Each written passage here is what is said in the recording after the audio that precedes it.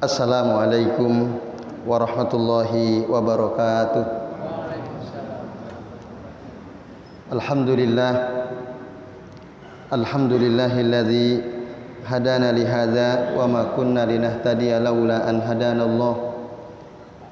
Asyhadu an la ilaha illallah wahdahu la syarikalah wa asyhadu anna Muhammadan abduhu wa rasuluh. Allahumma shalli wa sallim wa barik ala Muhammad wa ala ali Muhammad kama shallaita wa barakta ala Ibrahim wa ala ali Ibrahim fil alamin innaka Hamidum Majid. Amma ba'du. Bapak-bapak dan ibu-ibu serta jamaah sekalian, rahimani wa rahimakumullah. Semoga kita semua yang hadir di majelis ini senantiasa dirahmati Allah Subhanahu wa taala. Amin ya Allah ya rabbal alamin.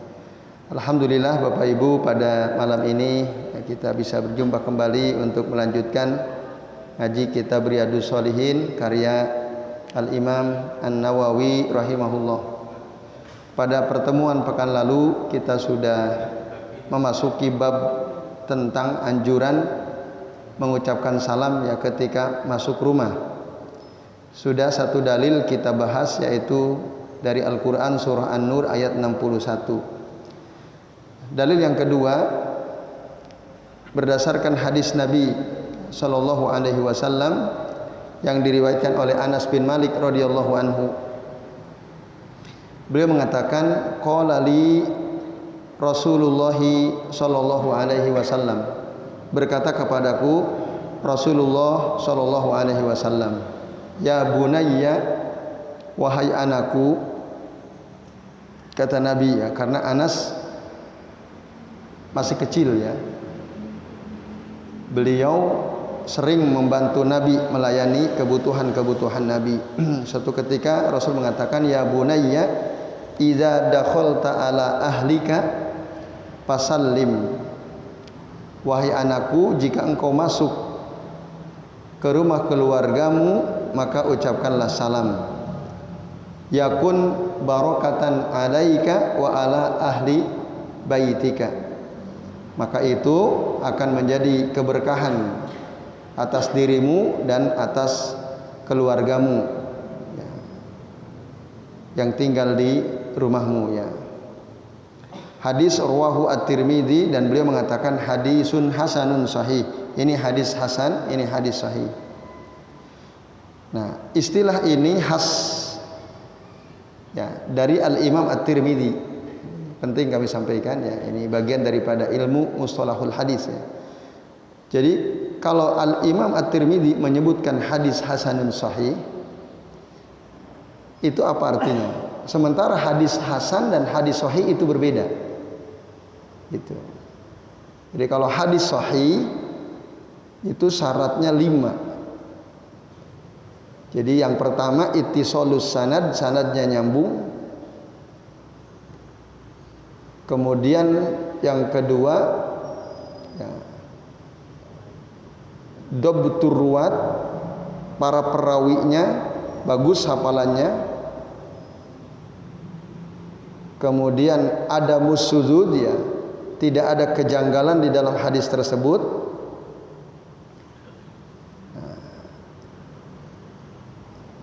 Ittisalus sanad ya, dobtur ruwat, ada musyudzud. Nah itu diantaranya itu ya. Kalau salah satu dari yang ini tadi tidak terpenuhi, maka ada adalatur ruwat ya. Jadi ittisalus sanad, adalatur ruwat, dobtur ruwat, sama ada musyudzud ya. Sanadnya nyambung, para perawinya orang-orang baik terpercaya ya. Kemudian para perawinya hafalannya bagus. Kemudian ada musyudzud, tidak ada kejanggalan dalam hadis tersebut. Nah, ini hadis sahih. Nah, hadis hasan itu martabatnya di bawah hadis sahih. Nah, itu. Jika misalnya hafalannya tidak terlalu bagus misalnya, salah satu perawinya, nah itu nanti turun derajatnya min martabati as-sahih ila martabatil hasan. Jadi beda. Tapi dua-duanya makbul, bisa diterima. Ya, untuk dijadikan hujjah. Tapi kok ada ulama yang menyebut satu hadis dengan dua martabat gitu. Seperti ini. Nah, hadis ini menurut Al-Imam At-Tirmidzi hadisun hasanun sahih. Nah, padahal martabat sahih dan hasan berbeda. Nah, maka penjelasannya Bapak Ibu dan jemaah sekalian, nah ini artinya hadis yang kita bahas ini ya, menurut riset Al-Imam At-Tirmidzi ada yang menghasankan, ada yang mensahihkan. Itu makanya beliau sebut hasanun sahih. Jadi ada ulama yang menilai hadis ini hasan, ada ulama yang menilai hadis ini sahih. Itu. Nah, maka istilah itu digunakan. Bahkan beliaulah yang pertama kali menggunakan istilah ini, hadisun hasanun sahih. Jadi ini pengetahuan saya kira penting ya untuk para penuntut ilmu ya. Nah, kemudian tetapi ada yang menilai hadis ini dhaif. Karena di dalam perawi hadis ini ada tokoh namanya Ali bin Zaid bin Jad'an. Wa huwa dhaif. Ini termasuk rawi periwayat hadis yang dhaif. Menurut keterangan Syekh Salim bin Eid Al-Hilali. Tetapi meskipun demikian hadis ini ya banyak jalur periwayatannya. Al-Hafidz Ibnu Hajar Al-Asqalani bahkan beliau mengumpulkan ya, satu juz secara khusus hadis-hadis yang semakna dengan hadis ini. Nah, dalam kitab Nataijul Afkar. Maka dengan demikian hadis yang tadinya dhaif karena banyak pendukungnya dari jalur-jalur riwayat yang lain jadi naik derajatnya, martabatnya jadi naik. Nah, dari tadinya dhaif menjadi hasanun li ghairihi, menjadi hasan karena dukungan yang lain. Jadi nanti hadis hasan juga ada dua ya. Ada hasan li zatihi, ada hasan li ghairihi. Kalau hasan li zatihi memang zat hadisnya hasan dia. Ya. Tapi kalau li ghairihi dia aslinya hadisnya dhaif, ada yang lemah, tapi didukung oleh hadis-hadis dari jalur yang lain yang semakna. Nah, kemudian jadi naik derajatnya menjadi hasanun li ghairihi itu. Nah, apa kesimpulan dari hadis ini Bapak Ibu dan sekalian? Tadi artinya ya sudah disampaikan. Nah, di antara faedah penting dari hadis ini adalah apa? Hadis ini menjelaskan adab dalam bermuamalah dengan keluarga sendiri, yaitu mengucapkan salam ketika kita masuk ke rumah keluarga kita. Walaupun keluarga sendiri, kalau orang lain kan jelas. Walaupun rumah keluarga sendiri, rumah orang tua sendiri, rumah sendiri, itu tetap ucapkan salam. Supaya apa? Nah, kalau kita melihat hadis ini, supaya mereka mendapatkan keberkahan. Kan kita doakan tuh, assalamu alaikum warahmatullahi wabarakatuh.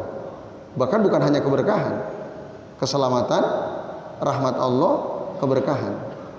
Dan itu juga akan kembali ke kita. Maka tadi katakan yakun barokatan alaik wa ala ahli baitik. Ini, jadi jangan pelit untuk mengucapkan salam ketika masuk ke rumah sendiri. Sekaligus ketika kita mengucapkan salam itu ya, akan menghindari apa? Sikap mengagetkan keluarga. Itu. Kalau kita tiba-tiba masuk muncul, kaget nggak kira-kira? Nah, apalagi misalnya kita muncul istri antum misalnya, bapak-bapak ya, pas nggak pakai jilbab gitu, ada orang, ternyata suami sendiri kan gitu. Nah, itu bisa jadi kaget, atau anak mungkin kaget juga. Nah, itu adamu ibzaihim. Dan emang mengagetkan orang itu tidak boleh Bapak Ibu sekalian. Nah itu ya. Jadi ketika kita mengucapkan salam masuk ke rumah, itu salah satu manfaatnya adalah supaya kita tidak mengagetkan orang rumah, walaupun rumah kita sendiri. Nah, agar kita tidak mengagetkan gitu. Karena hukum mengagetkan ya orang lain itu haram gitu, baik bercanda maupun serius. Pengen ngagetin gitu, apalagi jika akhirnya mati yang dikagetin karena jantungan kan gitu. Wah, itu dosa besar itu. Kabiratun minal kabair, menjadi sebab kematian seseorang karena dia mengagetkan. Nah, walaupun bercanda, walaupun sebagian ulama berkata, kalau sebagian ulama mengatakan ya hukum mengagetkan seseorang, nah, kalau kan ada dua ya, satu bercanda, yang kedua serius ingin ngagetin gitu. Nah, kalau yang bercanda itu sebagian mengatakan makruh ya, makruh, bahkan bisa haram jika berakibat fatal pada orang yang kita kagetin itu. Nah, ini mana dalilnya Bapak Ibu dan jamaah sekalian bahwa ngagetkan orang lain, termasuk keluarga sendiri, anak istri sendiri atau suami sendiri, itu hukumnya haram. Nah, yaitu hadis Nabi riwayat Abu Daud. Nabi mengatakan la yahillu li muslimin an yurawwi'a musliman. Tidak halal bagi seorang muslim mengagetkan atau menakut-nakuti ya muslim yang lain. Itu dasarnya. Bapak Ibu dan sekalian, hadis akhrajahu Abu Daud ya, washahahu Al-Albani. Maka para ulama mengatakan hadis ini menunjukkan anna tarwi al-muslimi haramun mutlaqan, bahwa menakut-nakuti, mengagetkan seorang muslim itu hukumnya haram secara mutlak. Nah, ada yang mengatakan begitu, sawaun kana an qasdin au an mizahin, sama saja walaupun itu sengaja atau bercanda gitu. Walaupun kadang-kadang mungkin kita senang juga ya, kita pulang anak kita dia mau ngagetin kita ya. Nah, kalau kita tahu sih kita senang kan, pas kita masuk wah gitu ya. Nah, kita udah tahu gerakan dia mau ngagetin kita. Anak saya kadang begitu ya, si Bilal. Udah ngagetin, dia serius mau ngagetin saya. Loh, kok Abi nggak kaget katanya? Karena saya tahu dia mau ngagetin gitu ya. Nah, tapi penting dinasehati. Nah, jangan ngagetin. Jangan nakut-nakutin orang. Karena apa? Ini hadisnya tadi. La yahillu li muslimin an yurawwi'a musliman. Tidak halal bagi seorang muslim menakut-nakuti atau mengagetkan muslim yang lain. Hadis rawahu Abu Daud. Nah, ini Bapak Ibu dan jemaah sekalian, a'azani Allahu wa iyyakum ajmain.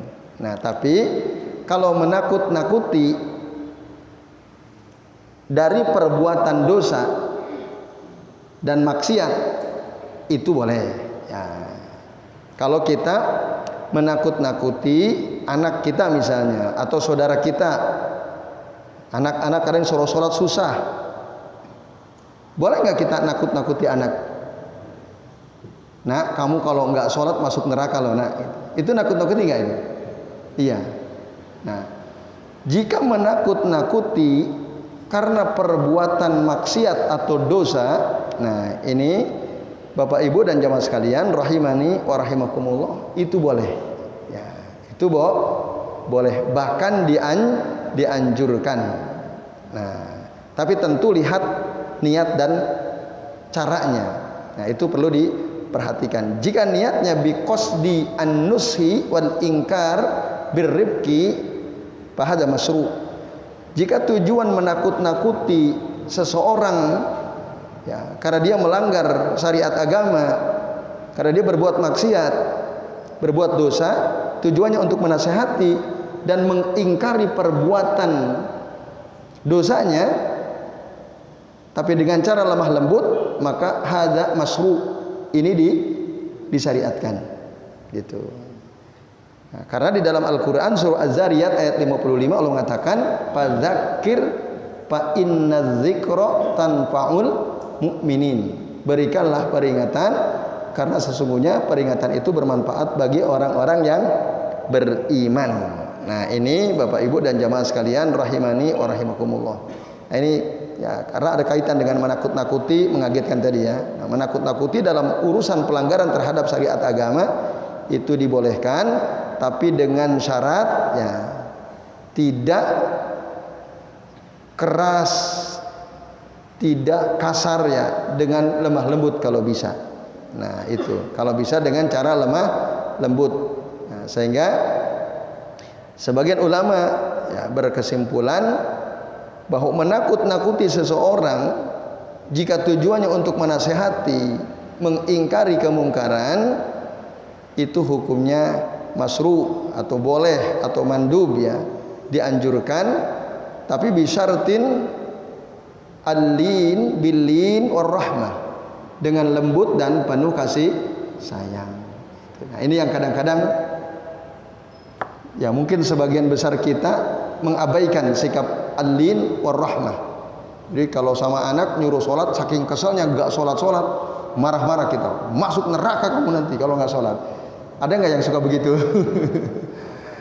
Jangan-jangan yang nunjuk tuh ya, yang ngomong, yang suka begitu ya.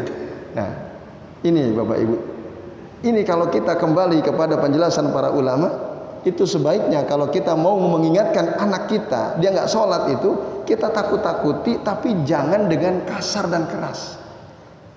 Karena itu akan mengakibatkan apa? Tanfir ya. Dia jadi malah kontraproduktif.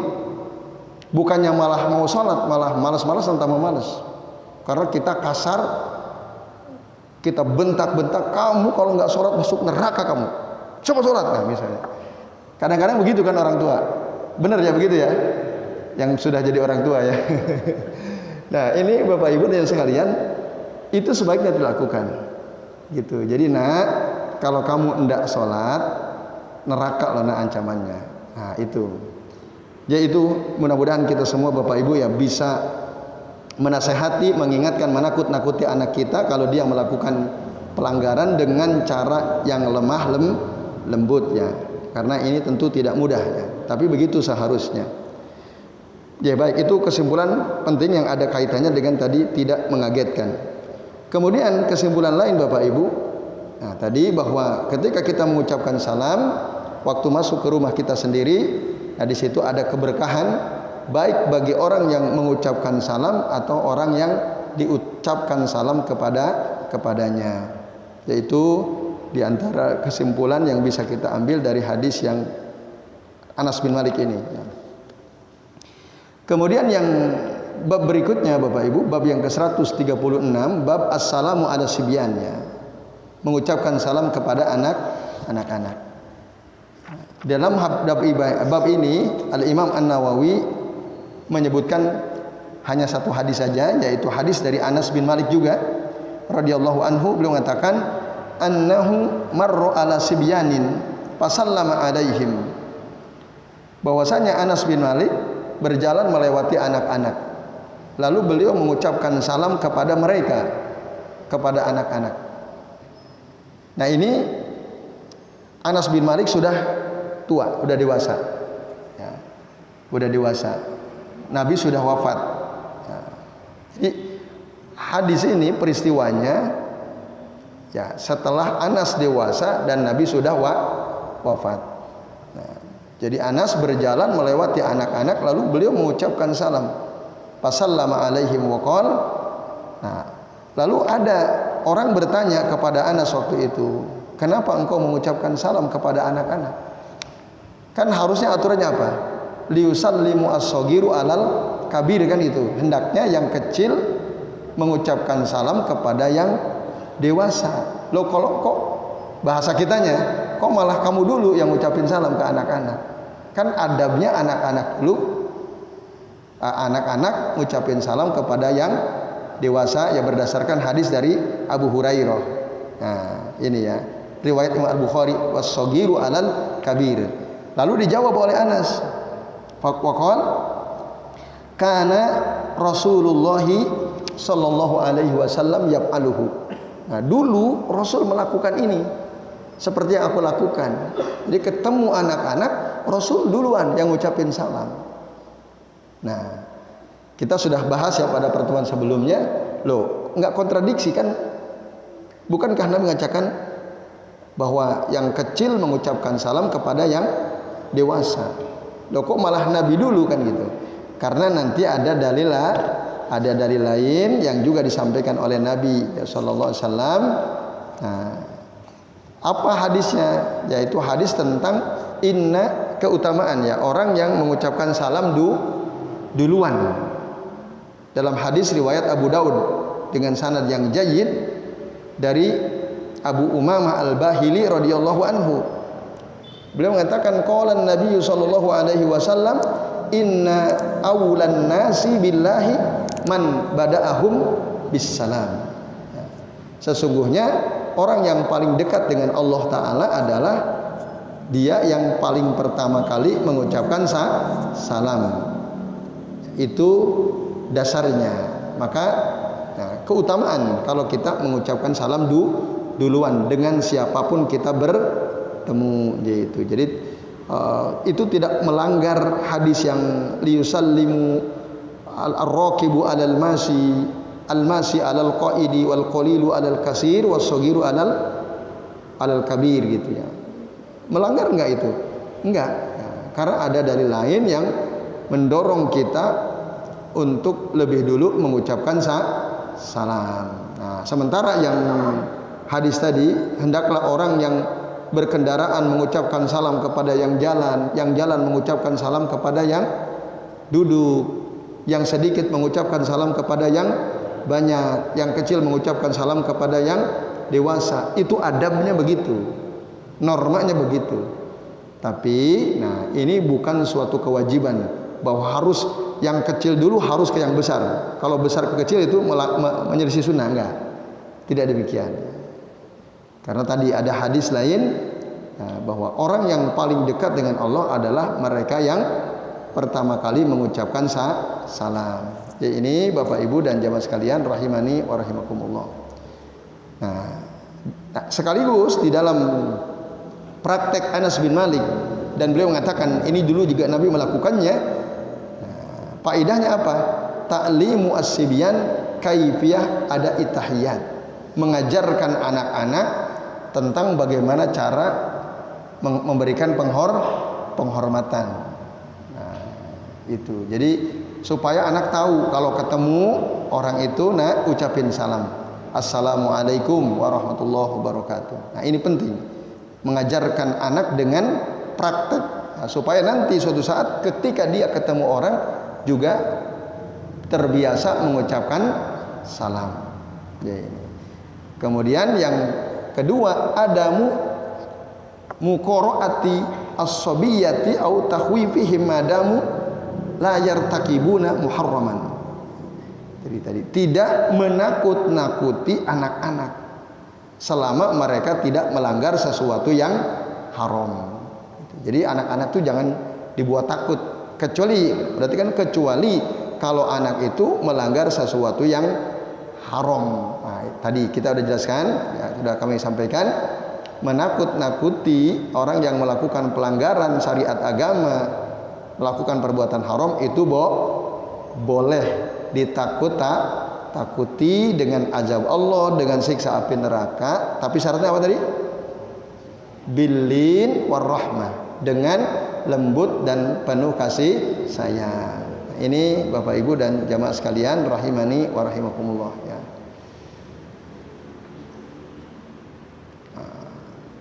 Kemudian kesimpulan yang terakhir dari hadis ini, at-tahabbubu ila sabiyati hatta yastauhisu minal kibari idza laqauhum fit turuqat.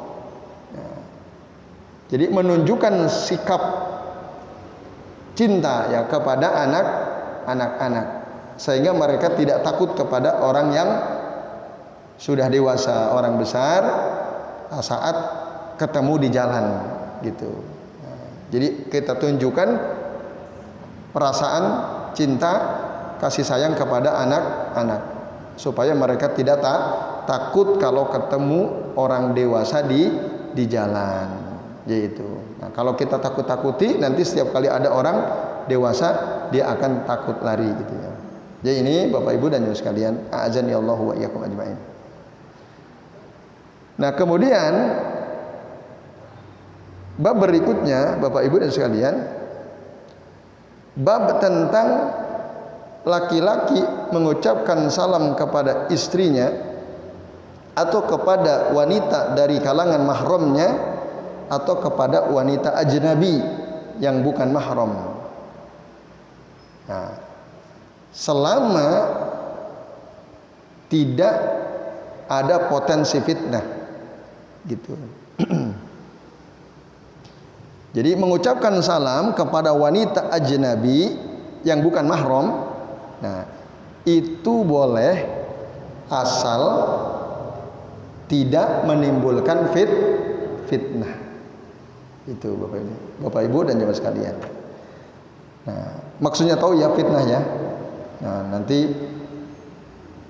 sengaja kita mengucapkan salam untuk menggoda misalnya. Ada perempuan, wah ini cantik nih. Nah, dikejar lalu assalamualaikum gitu. Nah, ini fitnah namanya. Nah, nggak boleh seperti itu ya.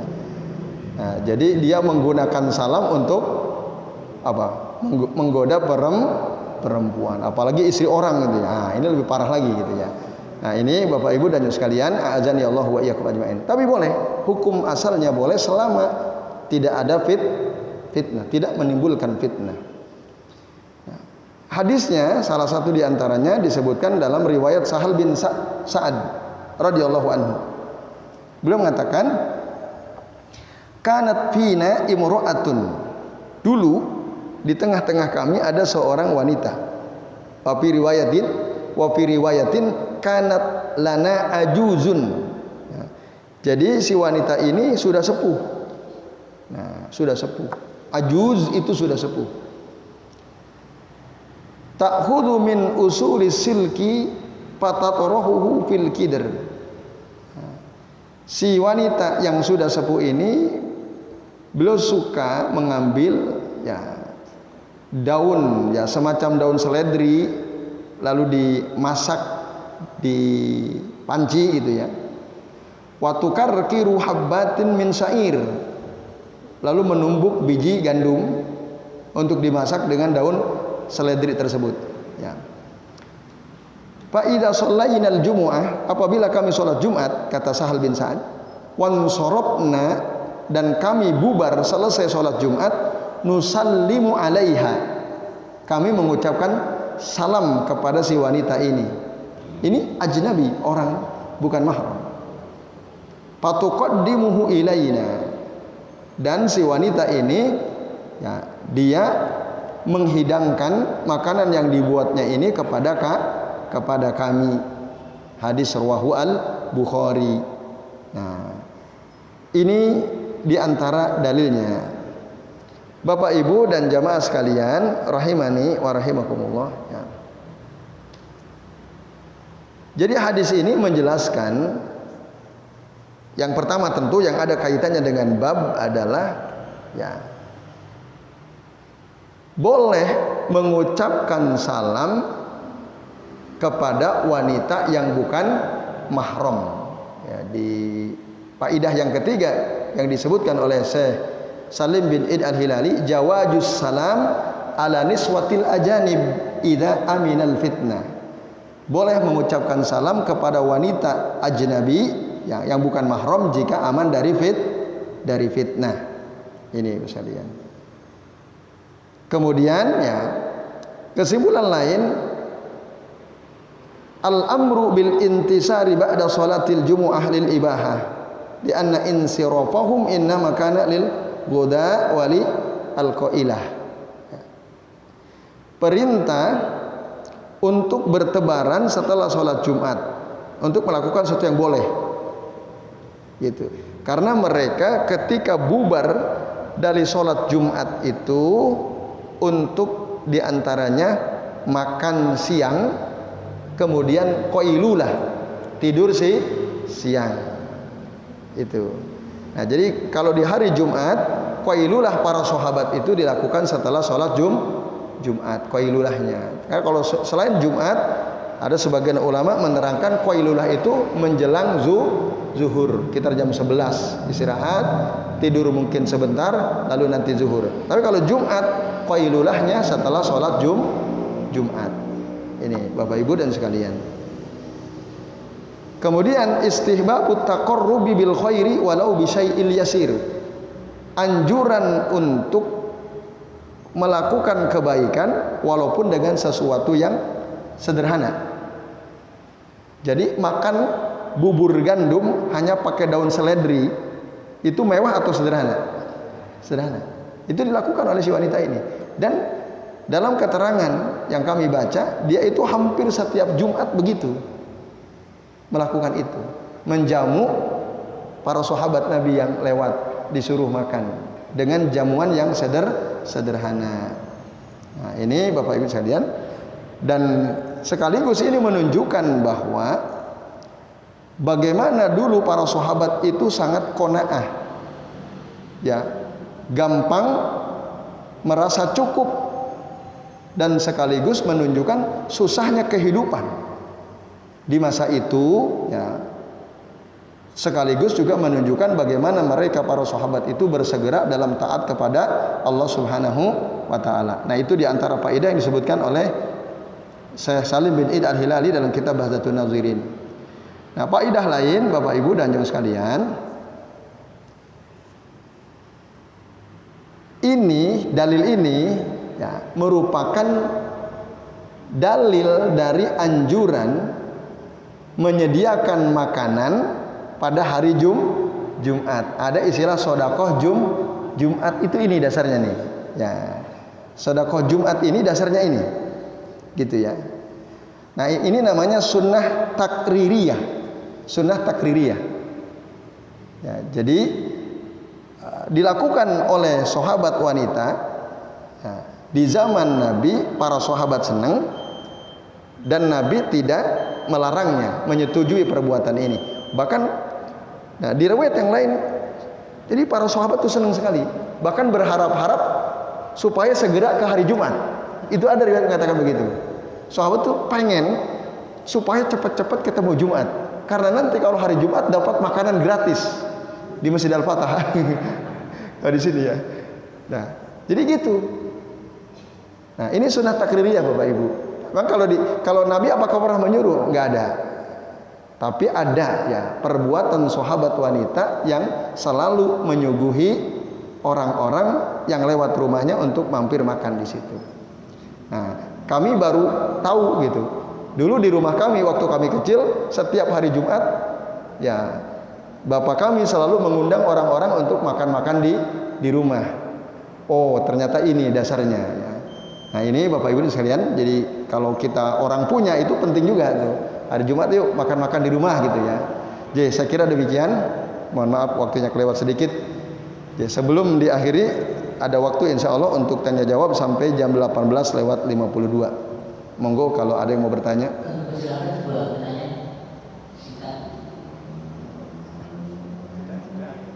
Ya. Waalaikumsalam warahmatullahi wabarakatuh. Sekarang ini ada istilah namanya prank. Prank, ya. Ngeprank. Iya. Contohnya di suatu perusahaan ada seorang karyawan yang sebenarnya dia itu mau dapat bonus karena prestasinya, tapi si bos sama karyawan itu kompak untuk mengerjainya itu. Jadi dulu macam-macam dimarahi sampai akhirnya Stres. Akhirnya dia sebenarnya hari ini kamu akan dapat bonus. Ini apakah termasuk tadi mengejutkan atau larangan mengejutkan orang tadi? Ya. Itu sih. Terima kasih. Nah, sama-sama. Waalaikumsalam warahmatullahi wabarakatuh.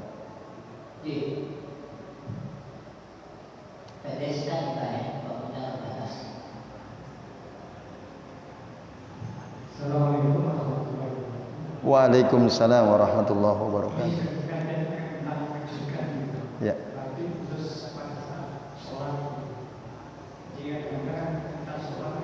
tahajud, mungkin ada orang lain datang meletakkan sajadahnya meletakkan sajadahnya di samping kita yang sedang sujud. Ya. seperti itu kan, sajadahnya tebel gitu, aku atau mungkin naruh dompet yang kandungan kunci ya, kuncinya keras. Apalagi kalau saat sebelum subuh gitu, aku pikir mengakibatkan satu mesin. Ya, baik. Seperti itu, Assalamualaikum warahmatullahi wabarakatuh. Waalaikumsalam warahmatullahi wabarakatuh. Ye. Baik, Bapak Ibu dan sekalian ya, yang pertama Pak Lukito tadi ngeprank ya, itu istilah khusus yang populer di zaman kita sekarang ini, ngeprank ya. Bahkan dulu ada anak sekolah MTS ya, kalau nggak saya SMP ya, di prank saat hari ulang tahunnya, dituduh mencuri dan uang sama handphone temannya itu dimasukkan ke dalam tasnya dia kan. Semua kompak sama guru wali kelasnya kalau nggak salah ya, nuduh dia, akhirnya dia jadi stres, bahkan akhirnya mati kalau tidak salah ya. Dulu udah pernah viral itu beritanya. Nah, jadi ini termasuk tidak boleh ya, ngeprank yang membuat orang takut, dituduh macam-macam gitu kan, walaupun akhirnya diberikan kejutan kan gitu.